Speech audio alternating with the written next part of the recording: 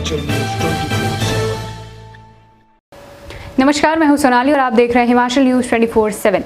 कांग्रेस के दिग्गज नेता और पूर्व मंत्री जीएस बाली ने बड़ा सियासी बयान देकर सियासी गलियारों में चर्चा का बाजार गर्म कर दिया है। जीएस बाली ने हिमाचल प्रदेश के भविष्य में तीसरे मोर्चे की संभावना को तरजीह देते हुए उसे भी सूबे का भावी कर्णधार बताया है। यहाँ बड़ी बात यह है कि कांग्रेस का दिग्गज होने के बावजूद भी जीएस बाली का कांग्रेस के बजाय तीसरे मोर्चे को तरजीह दे रहे हैं, जो कि अपने आप में ही एक बड़ा संकेत है कि भविष्य में हिमाचल प्रदेश की राजनीति में कुछ बड़ा होने वाला है। दरअसल जीएस बाली ने दोनों ही पार्टियों पर कांगड़ा की अनदेखी का आरोप भी लगाया है। बाली ने कहा कि इतिहास गवाह है कि जिसने भी प्रदेश के इस बड़े जिले की अनदेखी की है उसे जनता ने कभी रिपीट नहीं किया है। पूर्व में कांग्रेस ने भी कांगड़ा को हाशिए पर धकेला और आज भाजपा की भी कमोबेश यही स्थिति है। भाजपा तो इससे एक कदम आगे बढ़ चुका है। अगर आज चुनाव हो जाए तो आज ही भाजपा को लोग सत्ता से बाहर कर देंगे। बाली ने कहा कि अब सत्ता में वही पार्टी आएगी जो सरकार बनाएगी, जो हकीकत में जमीन पर काम करेगी। अब लॉलीपॉप देने वालों का जमाना गया। अब बेरोजगार युवाओं को रोजगार चाहिए, कामगारों को काम चाहिए। अब भाषण नहीं, राशन चाहिए, और जो ये सब देगा जनता उसे ही अपना समर्थन देगी। जीएस बाली ने मौजूदा हालातों पर चर्चा करते हुए कहा कि इन दिनों लोग सोशल मीडिया में पलटवार जवाब देने लगे हैं, सवाल पूछने लगे हैं, हर दावों की पोल खोलने लगे हैं। जनता सियानी और समझदार हो चुकी है और अब जनता को मूर्ख बनाना इतना आसान नहीं रहा। इसलिए हकीकत में काम करना होगा, समाज सेवा करनी होगी, और जो पार्टी ऐसा करेगी उसी को प्रदेश की सेवा का मौका मिलेगा।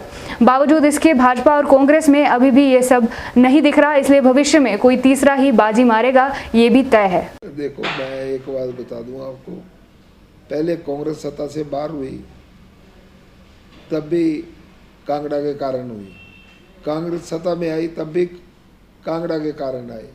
अब बीजेपी सत्ता से बाहर जाना तय बीजेपी सत्ता में नहीं रह सकती। इनका तय हो चुका है कि इसे सत्ता से बाहर जाएंगे, क्योंकि कांगड़ा से इनका व्यवहार ठीक नहीं रहा और कांगड़ा के लोगों ने अपना मन और दिमाग बना लिया हुआ है कि क्या करना है। अब चाहे इलेक्शन आज करा लें, चाहे इलेक्शन 2.5 साल बाद करा लें, तो वो इनकी इच्छा के ऊपर है। भविष्य तय है कि यहाँ पर बदलाव होगा, भाजपा जाएगी और नई पार्टी आएगी। अब वो नई पार्टी कौन होती है इसका मैं आज उत्तर नहीं दे सकता हूँ। जो काम करेंगे, जो बच्चों को नौकरियाँ देंगे, वही नई राजनीतिक पार्टी जो है हिमाचल पे राज करेगी, जितना कि मैं राजनीति को समझता हूँ। और अभी राजनीति में आपको जवाबदेह होना पड़ेगा। नई पीढ़ी आ गई है।